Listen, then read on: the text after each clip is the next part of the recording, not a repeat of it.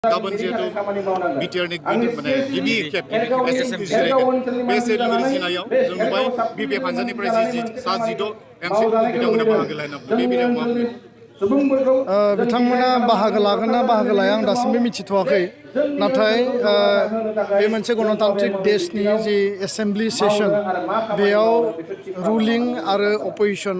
बयबो ज'यै थानानै बेयाव जिखिनि पलिसि बा जिखिनि बेयाव माने डिसिसन लानांगौ बे डिसिसना रायजोनि जौगानायनि थाखाय बा हारिफोरनि जौगानायनि थाखाय बा जेंना जेंसि सुस्रांनायनि थाखाय बेयाव डिसकासन जायो दा बेखायनो जुदि सोरबा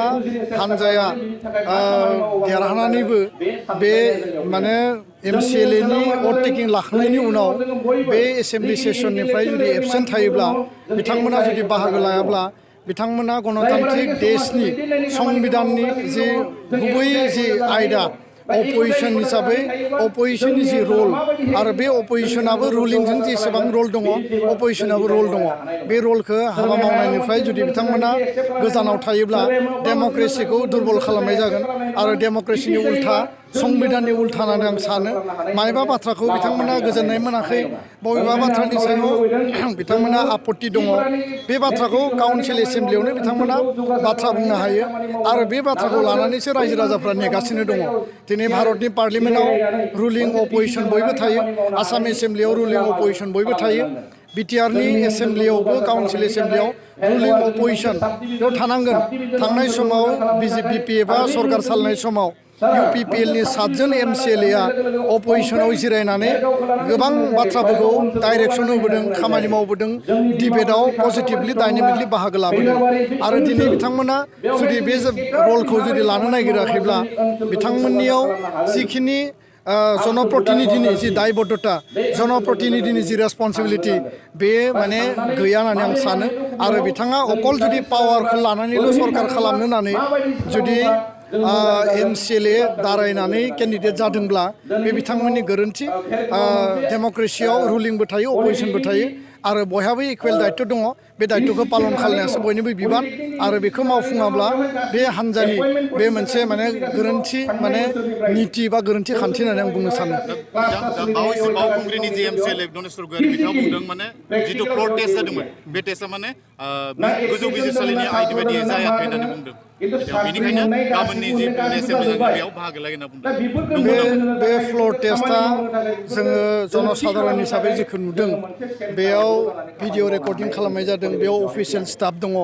माने एसेम्बलि काउन्सिल सेक्रेटारियेटनि अफिसियेल स्टाफ आरो बेयाव मेडिया दङमोन आसामनि भारतनि मानसिफ्रा नुदों बेयाव पाब्लिक गेलारि दङमोन दल संगठननि दैदेनगिरि माखासे बिखिस्त बुद्धिजीबिफोर सेनियर माखासे पार्लियामेन्टेरियान बा एक्स एमएलएफोर दङमोन गासिबो बेखौ नुदों बेयाव मोजां जादों गाज्रि जादों बेयाव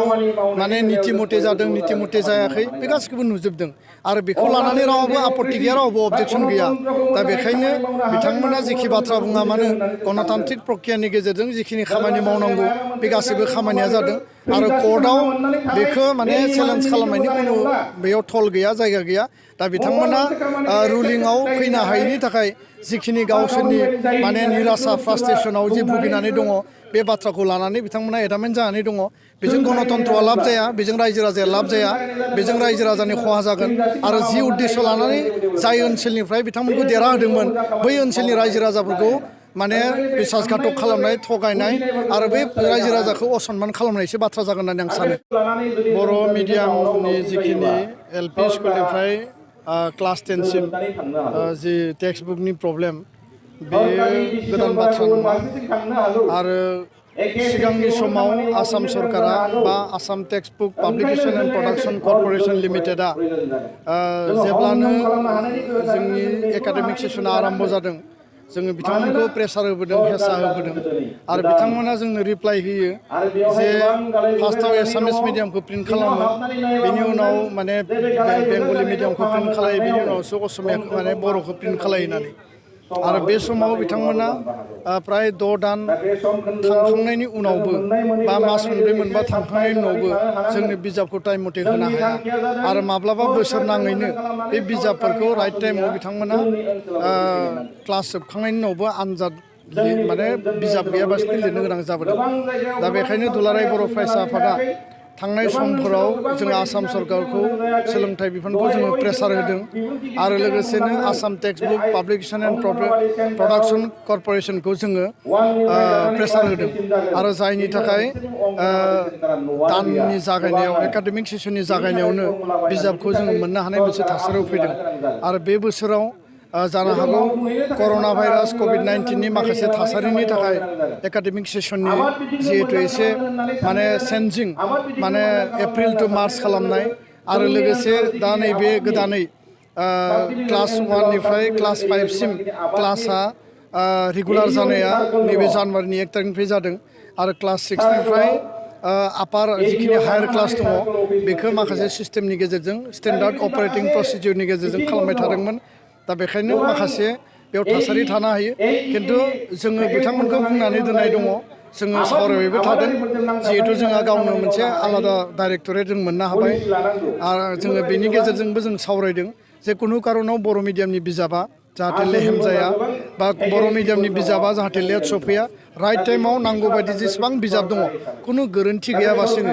कुनु बेयाव बिसंगति गैयाबासिनो जाहाथे मोनफैजोबो बेनि थाखाय जोङो जिखिनि खामानि मावबावनांगौ दङ बे खामानिखौ जों मावगोन आरो दुलाराय बर' फरायसा आफादा राइट टाइमाव लेखाखौ मोनहोनो थाखाय गासैबो लेभेलनि इनिसियेटिभखौ जोङो लागोन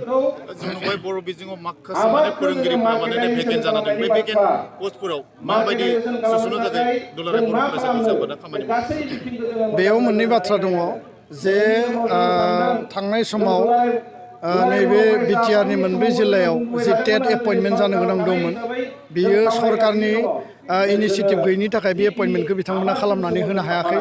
बा बिथांमोना खालामाखै फारसेथिंजाय आसामाव जोंनि जि टेट क्वालिफाइडनि संख्या बे संख्याया बर' मिडियामाव जथेस्थ' खम गोबां स्कुलाव भेकेन्ट पस्ट दङ नाथाय क्वालिफाइड बा टेट माने जायफोर पास खालामबाय बेबायदि केन्डिडेटखौ जोङो एभेलेबल नागिरना मोनाखै फारसेथिं बिटिआरआव जिहेतु टेटनि एपइन्टमेन्टआ दाबो पेन्डिं जानानै दङ दा जोङो गोदान सरकारखौ जोङो खावलायदों जे गोख्रैनो मोनसे सिस्टेम बा मोनसे पलिसि एडप्ट खालामनानै जेसेबां भेकेन्सि पजिसन दङ बिनि टटेल लिस्टखौ लाजोबनानै बेयाव रिटायार्ड पस्ट बा डेट पस्ट जिखिनि भेकेन्सि दङ इमिडियेटलि बेखौ पस्ट एपइन्टमेन्ट होनायनि थाखाय बा बे फरायसालिफ्राव जेराव सिंगल टिचार जानानै दङ जेराव जिर' टिचार जानानै दङ जेराव साइन्स मेथ्सनि टिचार गैया बे भेकेन्सिखौ फिलआप खालामनो थाखाय जों बिटिआर सरकारखौ खावलायदों आरो बिनि थाखाय बिथांमोना गोख्रैनो माखासे खामानिखौ बिथांमोना मावगोन होननानै जोंनो खोथा होदों जोबथारनायाव मोनसे सोंलु बर'नि जे सिनस्रि माहारियारि आफाद होननानै बुङोब्ला बिफा माहारि आफाद होनना बुङोब्ला थुनलाइ आफादखौ बुंनाय जायो नाथाय थुनलाइ आफादखौ जों नुबाय नैबे बोसोराव बिथांमोना जेबो राव फेहेरनायनि बेलायाव खामानि मावनायखौ नुवाखै दुलाराय बर' फरायसा आफाद बर' थुनलाइ आफाद जिहेथु सिगांनिफ्रायनो बर' माहारि थांना थानायनि थाखाय बर' माहारिनि राव थुनलाइ सोलोंथाइ रांखान्थि गासैबो लानाय खामानि मावदों आरो थुनलाइ आफादनि गुबै हाबाया जाबाय राव थुनलाइ बा सोलोंथाइ बिथिंखौ लानानै बिथांमोनाबो खामानि मावदों दा बिथांमोना मा खामानि मावदों मा खामानि मावाखै बे बिथांमोननि आफादारि माखासे बाथ्रा आरो जिहेथु बिथांमोना मोनसे इन्डिपेन्डेन्ट आफाद आरो बयबो हारिनि सुबुङा बा दुलाराय बर' फरायसा आफादाबो बर' थुनलाइ आफादखौ माने पेरेन्ट अर्गेनाइजेसन होननानै जों जेब्लाबो सिबिबोदों मानिबोदों आरो बियो मोनसे मर्यादानि बाथ्रा बेखौ जों होबोदों दा बिथांमोना आथिखालाव मा एजेन्डा लानानै खामानि मावदों आरो बबे एजेन्डाखौ लानानै बिथांमोना हाबाफारि लादों बेखौ लानानै आंहा जेबो बुंनो गोनां गैया बाथ्राया जाहैबाय मा जे हारिनि आफादा हारिनि थाखाय जेब्लाबो खामानि मावनांगोन हारिनि आफादा हारिनि जेंना जेंसि सुस्रांनायनि थाखाय खामानि मावनांगोन दा बेखायनो आङो मिजिंथियो हास्थायो जे गासैबो बर'नि माहारियारि आफादफ्रानो जाहाथे बर' हारि जौगानायनि थाखाय बर'नि राव थुनलाइ थांना थानायनि थाखाय खामानि मावगोन हाबाफारि रनसायगोन आरो बे बेलायाव बर' हारिया जेब्लाबो मदद होबोदों आं बेनिखायनो सानो जे बिथांमोननियावबो थारैनो